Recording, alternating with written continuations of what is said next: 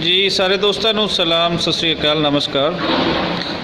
इस टाइम मौजूद हाँ असी गुरुद्वारा करतारपुर जिस ਨੂੰ दरबार साहब भी बोलिया जाता है और इत्थे जितने साढ़े सिख भैन भरा आते हैं या कि पाकिस्तान तो जितने मुसलमान या हिंदू कम्यूनिटी के लोग आते हैं वो सिर्फ गुरुद्वारा का जिहड़ा कंपलैक्स है जिहड़ा स्टार्ट दे विच है उत्थे तक वो महदूद रहिंदे हैं।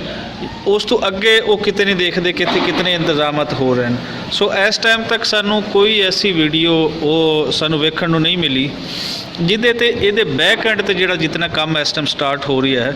मैं ये पुछदा हाँ बाजवा साहब तो और उस तो बाद मैं तुहानू सारी फुटेज भी दिखाना हाँ कि इत्थे पिछे की हो रही है। ये कोई गुरुद्वारे का ये नहीं सी कि पिछले जिहड़े कोई 11 महीने दे विच पाकिस्तानी सरकार ने काम किया और वो कंप्लीट हो गया।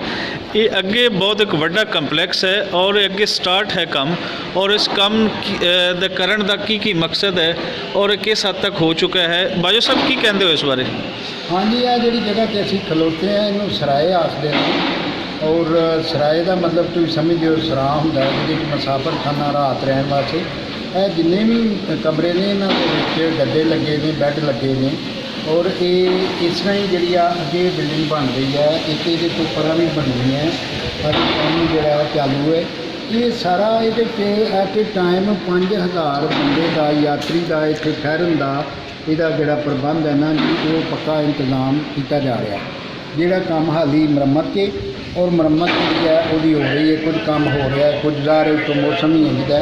तो ये बड़ा खूबसूरत तरीके ना इत्थे 5000 यात्री के ठहरान वास्ते जोड़े बाहर के मुल्कों चो साडे दोस्त आउणगे सिख यात्री उन्हों का इत्थे दिनों के हिसाब नाल रहन वास्ते जिन्ने दिन मर्जी रहन उसका सारा इंतजाम मौजूद है। वो वास्ते बड़ा वैल फर्निश्ड ये सारा काम साड़ी गवर्नमेंट ने कर लिया।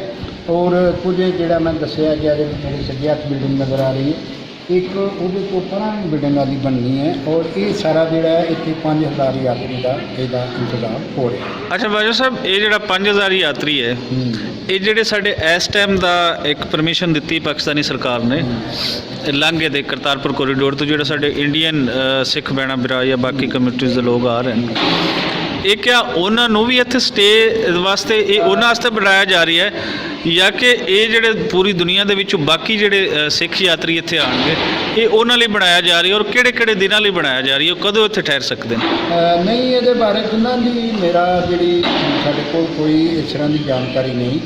जोड़े इंडिया तो आउंदे ने दोस्त उन्होंने शाम को वापस परत के जाना चाहिए। जो उत्थे कानून साजी की गई है जो इंडियन सरकार और इन्हों के दरम्यान जो मुआहदा होया है जोड़ा सराए है जी ये जोड़े लोग बाहर के मुल्कों तो आउणगे इंग्लैंड अमरीका तो कैनेडा तो मेरा ख्याल है ये उन्होंने वास्ते है। सही है या कल को कोई कानून इंडियन गवर्नमेंट अमेंडमेंट कर लेंगे या कोई इस तरह की साड़ी गवर्नमेंट नाल कोई मुज़ाकरात करके वो बारे मैं कुछ कह नहीं सकता।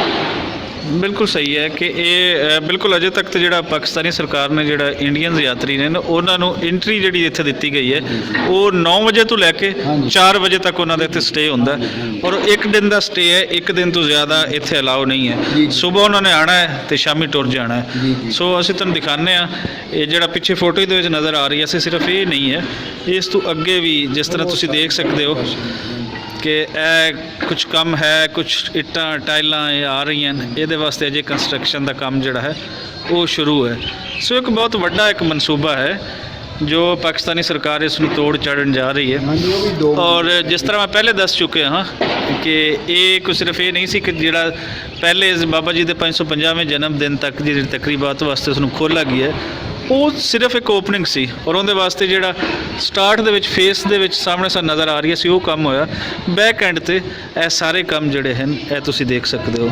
सो एक वड्डा मनसूबा एक तोड़ चढ़ेगा और उहदे विच दुनिया भर तो सिख यात्री इत्थे आके स्टे करनगे और इस साडे सुनने दे विच भी है कि इत्थे 7 स्टार होटल भी बन रहे हैं। सो पूरा एक करतारपुर कॉरीडोर जिहड़ा करतारपुर एक सिटी बनेगा और ये बहुत सारे हवालियां दे नाल एक हब बनेगा और इस चीज़ की ही असी अगे देखते हैं कि अल्लाह करे रब करे कि ये जोड़े साढ़े आपसी दोनों मुल्कों के तल्लुकात हैं वो बेहतर रहन तो जिहड़ियां जंगां तो या इस तरीके से शिद्दत पसंदाना जिहड़ियां एक उहदे पिछे कम हैं उन्हां तो असी बचीए और सुख ते सुकून दे नाल असी इत्थे अपनी हयाती गुजार सकीए।